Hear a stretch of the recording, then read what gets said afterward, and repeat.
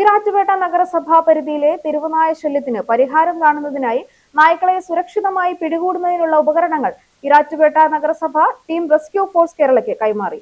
നഗരസഭാ കാര്യാലയത്തിൽ നടന്ന ചടങ്ങിൽ municipal chairperson advocate V P Nasar ഉപകരണങ്ങൾ കൈമാറി. Team rescue force Kerala president Noushad വെള്ളൂപ്പറമ്പിൽ, ജനറൽ സെക്രട്ടറി ആരിഫ് വാഴയിൽ, ട്രഷറർ മുഹമ്മദ് യാസർ എന്നിവരും മറ്റ് എക്സിക്യൂട്ടീവ് അംഗങ്ങളും ചേർന്ന് ഉപകരണങ്ങൾ ഏറ്റുവാങ്ങി.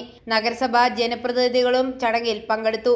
തെരുവുനായ ശല്യം മൂലം ജനങ്ങൾ നേരിടുന്ന ആശങ്കകൾക്ക് പരിഹാരം കാണുന്നതിനായി പിടികൂടുന്ന നായ്ക്കളെ സുരക്ഷിതമായി പുനരധിവസിപ്പിക്കുന്നതിനും വന്ധ്യംകരണ നടപടികൾ നടപ്പാക്കുന്നതിനും നഗരസഭയുടെ നേതൃത്വത്തിൽ തുടർ നടപടികൾ സ്വീകരിക്കും. ടീം റെസ്ക്യൂ ഫോഴ്സ് കേരളയുടെ സഹകരണത്തോടെ ആയിരിക്കും പ്രവർത്തനങ്ങൾ ഏകോപിപ്പിക്കുക. തെരുവ് നായ്ക്കളുടെ ശല്യം കൂടി വരുന്ന സാഹചര്യമുണ്ട്.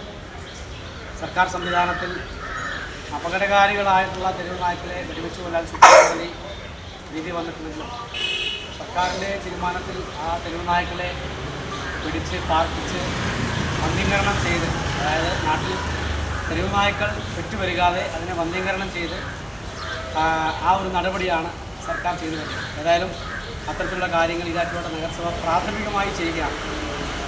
തെരുവ് നായ്ക്കളെ പാർപ്പിക്കുന്നതിന് വേണ്ടിയുള്ള ഷെൽട്ടർ, അതിൻ്റെ കേജ് നിർമ്മാണവും മറ്റു കാര്യങ്ങളൊക്കെ പ്രൊജക്റ്റിൽ ഉൾപ്പെടുത്തിയിട്ടുണ്ട്. പിന്നെ ടീം റെസ്ക്യൂ ഫോഴ്സ് നമ്മോട് സഹകരിച്ച്, നഗരസഭ സഹകരിച്ച്. i4A ന്യൂസ് പാല.